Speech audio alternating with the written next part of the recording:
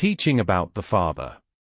During their stay at Amatus, Jesus spent much time teaching them about the fatherly concept of God.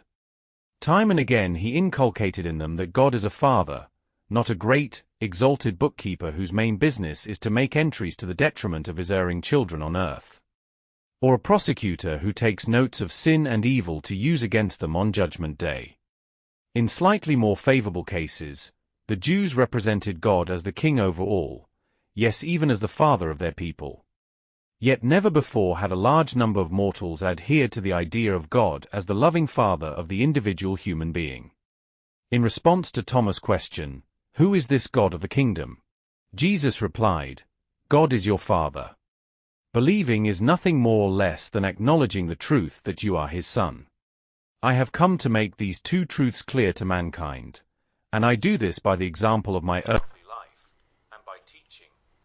Jesus also tried to free the minds of his apostles from the idea that they should sacrifice animals as a religious obligation. But these men, brought up in the religion of daily sacrifice, had difficulty understanding what he meant. When he did not succeed in reaching the minds of his apostles through one example, he rephrased his message again and again, and used other examples to clarify it. During this period, Jesus began to prepare the 12 for their upcoming pastoral task. To encourage the suffering and to help the sick, the Master taught them much concerning the whole person, the unity of body, consciousness, and spirit that constitutes the individual man or woman. Jesus told his companions about the three kinds of ailments they would encounter and further explained how they should help all who were suffering from the diseases of mankind. He taught them to distinguish between 1. Diseases on the human body, the ailments commonly considered physical diseases. 2. Confused consciousness, the non-physical ailments seen today as emotional and mental difficulties. 3.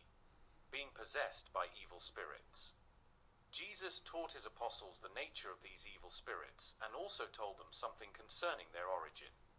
Given their limited knowledge of the early history of the earth, it was not possible for Jesus to make this matter perfectly clear to them. But many times he promised them, speaking of these evil spirits, "They shall molest men no more when I shall have ascended to my Father in heaven. And after I shall have poured out my Spirit on all flesh, for in those days the kingdom will come with great power and spiritual glory." Note: the Urantia book describes the ancient history of the earth and the origin of midway creatures. The hierarchy of these invisible beings collapsed during the Lucifer rebellion. Many of them became adrift and caused much misery among mankind. After Jesus ascended to the heavens, where he was given all power, he isolated these beings. They live on mainly in the old stories of demons and horrors.